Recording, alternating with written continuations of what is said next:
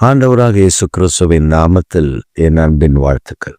இந்த காலை வேளையில் நம்முடைய தியானத்திற்காக நாம் தெரிந்து கொள்கிற வேத வசனம் 2 நாளாகமத்தின் புஸ்தகம் 1ஆம் அதிகாரம் 12ஆம் திருவசனம்.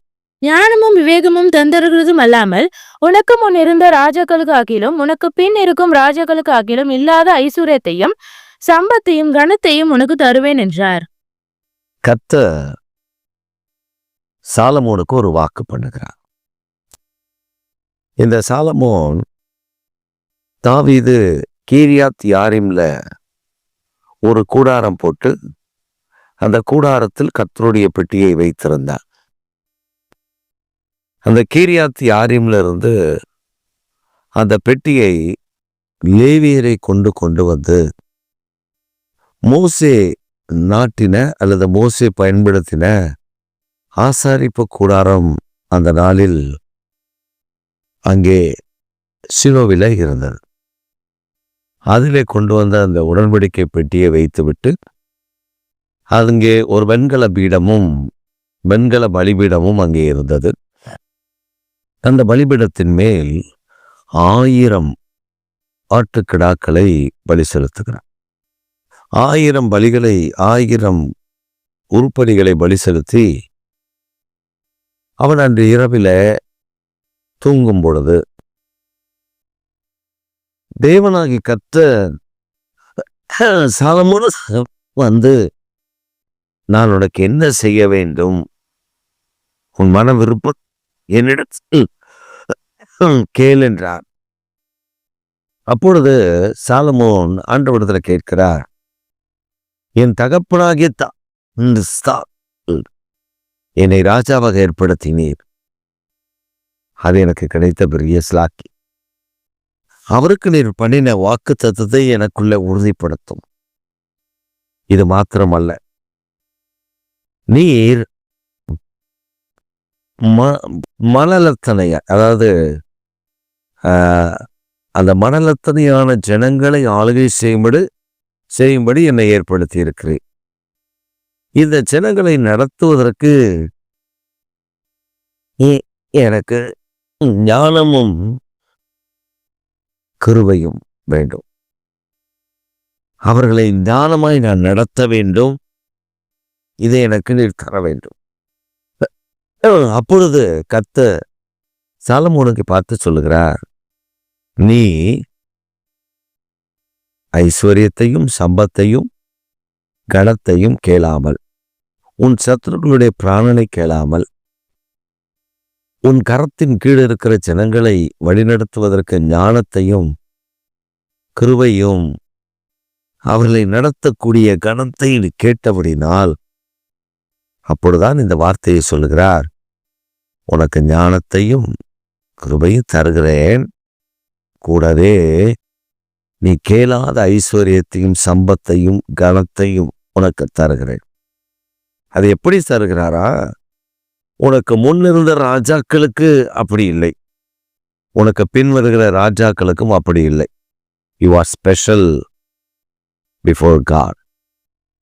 இந்த சாலமோன் ஒரு சிறு வயது மகன். அவனுக்கு சிங்காசனம் என்பது ஆச்சரியமான ஒரு காரியம். அந்த சிங்காசனத்தில் அவன் உட்காரக்கூடாதபடி அவன் அண்ணன்மார்கள் அவனுக்கு விரோதமாய் பல சதிகளை செய்தார்கள். அப்சலோம் இருந்திருந்தால் இவனை விட்டிருக்க மாட்டான். அப்சலோம் மரித்து போனான். அதற்கு பின்பு அங்கே அவனுடைய சகோதரர்கள் இருக்கிறார்கள்.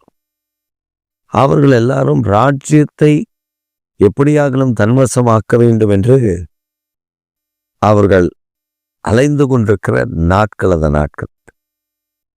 எனவே சாலமோன் அவர்களுக்கு நடுவில் நான் ஆளுகை செய்ய வேண்டும் என்றால் எனக்கு நிச்சயம் தேவ ஞானம் வேண்டும், இல்லை என்றால் அவர்கள் என்னை மதிக்க மாட்டார்கள். யாரு? இவருடைய சகோதரர்கள் இவனை எப்படியாவது பழிவாங்கி விடுவார்கள். அதையெல்லாம் மேற்கொள்ள வேண்டும் என்றால் தேவ ஞானம் எனக்கு வேண்டும். என்று சாலமோன் தேவனிடத்துல கேட்டான். இன்றைக்கு நமக்கும் அந்த ஞானம் வேண்டும். என்ன ஞானம்?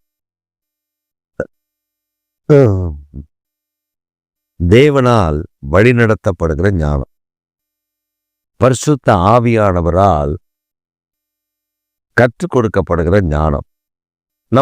நம்முடைய சுய பலத்துல, நம்முடைய சுய எண்ணத்துல, சுய சாதனையில நாம் நிறைய காரியங்களை சாதித்து விடலாம் என்று நாம் நினைக்கிறோம்.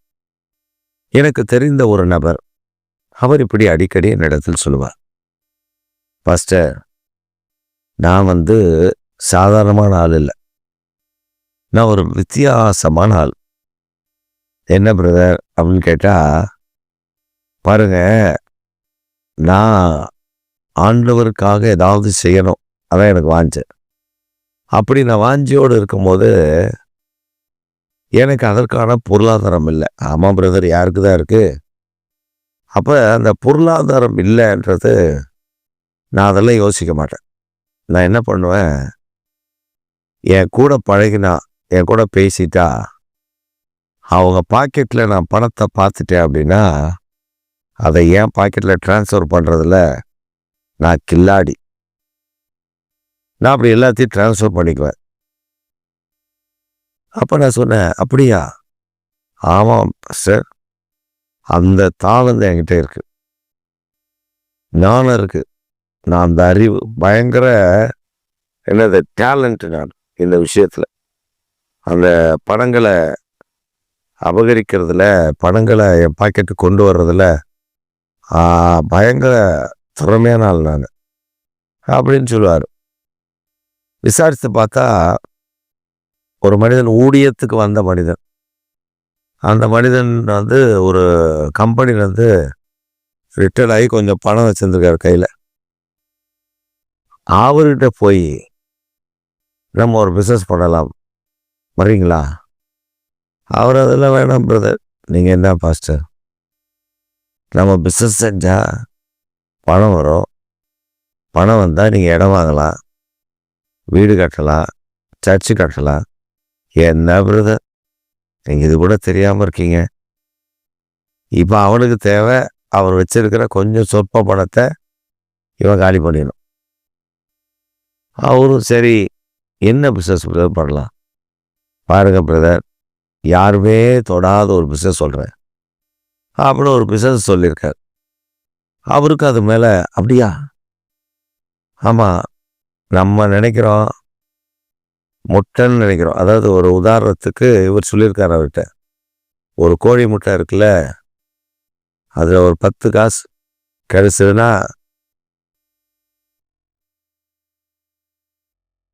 போதும்னு நினைக்கிறோம்.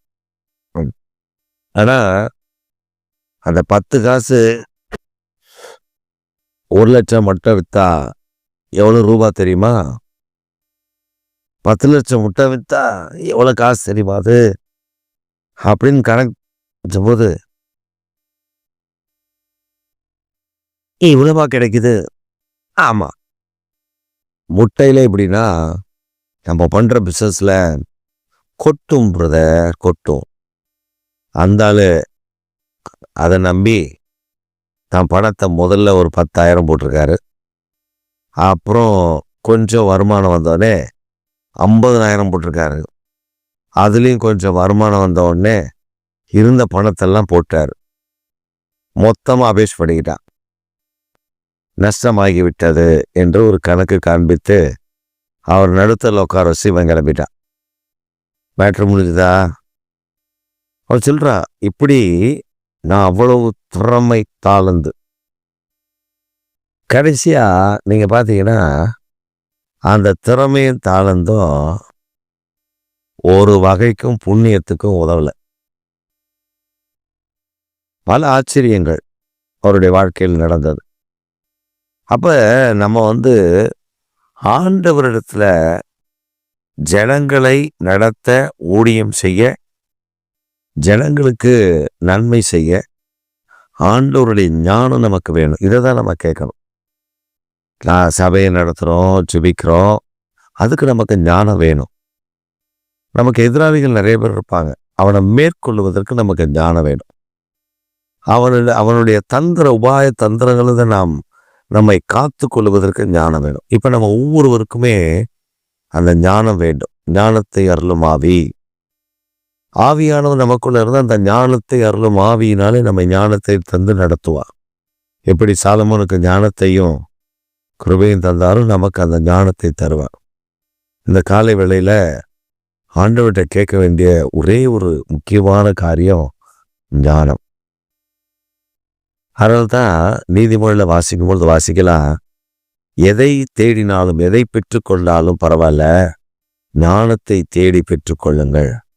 ஞானம் வீதிகளில் நின்று கூப்பிடுகிறது, அதை அல்ல தட்டாதிருங்கள் அப்படின்னு சொல்லி அதே சாலமோன் எழுதுகிறார். அதனால் இந்த காலை வேளையில் அந்த ஞானம் எனக்கு வேண்டும் ஆண்டவரே, அந்த ஞானத்தை எனக்கு தந்த என்னை ஆசீர்வதியும் சொல்லி கேளுங்க. அவர் உங்களை ஞானத்தினால் நிரப்பி, இதுவரை உங்களை ஞானமற்றவர்களாக ஞான சூனியமாக உங்களை பார்த்தவர்கள் அவருடைய கண்களுக்கு முன்பாக கர்த்தர் ஞானவான்களாக பிரகாசிக்க செய்யக்கூடிய நாட்கள் இந்த நாட்கள் என்பதை மறந்து விடாதீர்கள். கேளுங்கள், உங்களுக்கு நிறைவாய் கொடுப்பார். ஆமென், ஆமென்.